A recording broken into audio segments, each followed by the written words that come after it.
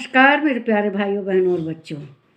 आप लोगों को बड़ी खुशी होगी कि हम लोग गीता का अध्याय 9 पे आ गए हैं और ये हम लोग के लिए गीता का नया अध्याय है।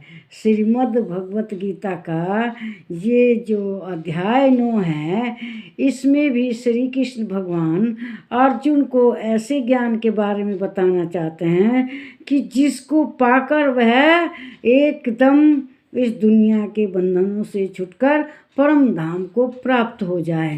क्यों? असली योगी असली वही है जो परम धाम को प्राप्त कर ले।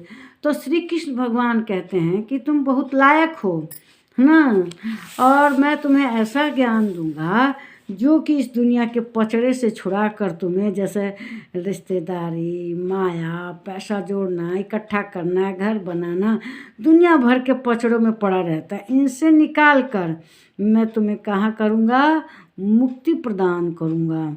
तुम इन पचड़ों से मुक्त हो जाओगे दुनिया से।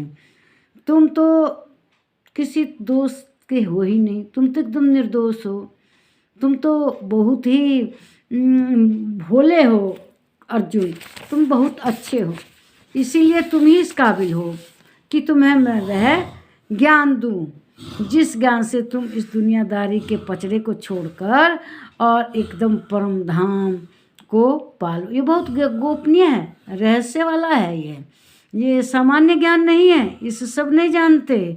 इसे मैं रहस्यमय ज्ञान को तुम्हें दूंगा जिससे कि तुम इस दुनियादारी के बेकार के फालतू के लफड़ों को छोड़कर परम धाम भगवान को प्राप्त हो जाओ, अर्थात मुझे प्राप्त हो जाओ, मेरी शरण में आ जाओ।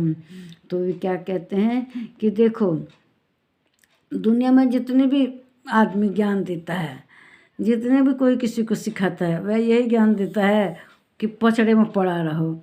वो उसे चालू बनाते हैं, चालाक बनाते हैं, चंट बनाते हैं, मतलब शस्त्र चलाना सिखाएंगे जिससे कि तुम दुनिया पे राज करो। लेकिन ये गलत है। शस्त्र चलाना सीखना अच्छी बात है, ग्रंथों का अध्ययन करना अच्छी बात है, लेकिन इसको तुम भगवान के लिए सुरक्षित करो, धर्म के लिए सुरक्षित करो। अब जैसे कुछ लोग बहुत तरह के परमाणु बम, एटम बम, पता ना क्या क्या बनाए हुए हैं। तो वे कहते हैं कि हम लोग भी तो अपने धर्म के लिए, जो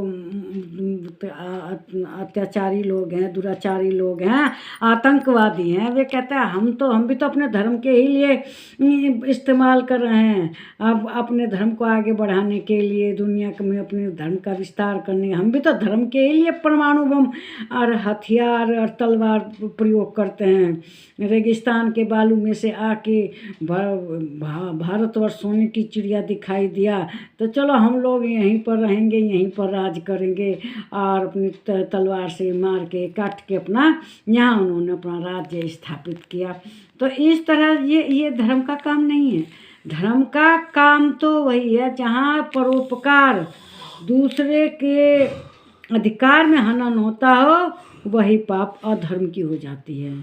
तो हम दूसरे के ऊपर कैसे जोर आजमाइश कर सकते हैं? वो तो अधर्म हो गया, पाप हो गया, गुनाह हो गया। तो इसीलिए मनुष्य किसी भी चीज़ का प्रयोग करे तो परोपकार के लिए, ज्ञान के करे, भगवान के चरणों में शरण पाने के लिए करे, न कि दुनिया में अत्याचार करने के लिए करे।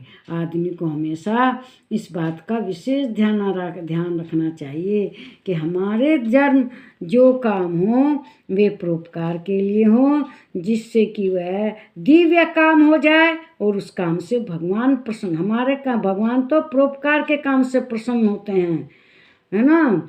तो वही जब श्री कृष्ण अर्जुन को यही समझा रहे हैं कि भैया देखो, इस दुनिया के पचड़े को छोड़ो, तुम अब ऐसा ज्ञान प्राप्त करो कि तुम भगवान में सीधे विलीन हो जाओ और भगवान का जो पद है वह तुम्हें पद प्राप्त हो जाए। अब मैं दुनिया को छोड़कर, दुनिया के पचड़ों से तुम्हें निकाल कर अब ऐसा ज्ञान दूंगा कि तुम दुनिया में से निकल के भगवान के शरणों में जाओ और उनके जो परम पद है उसको प्राप्त करो और मोक्ष पाओ, आवागमन के इस चक्कर से छूट जाओ। इस वीडियो को लाइक कीजिए, शेयर कीजिए, इस पर कमेंट कीजिए, मेरे चैनल को सब्सक्राइब कीजिए। नमस्कार मेरे प्यारे भाइयों बहनों और बच्चों।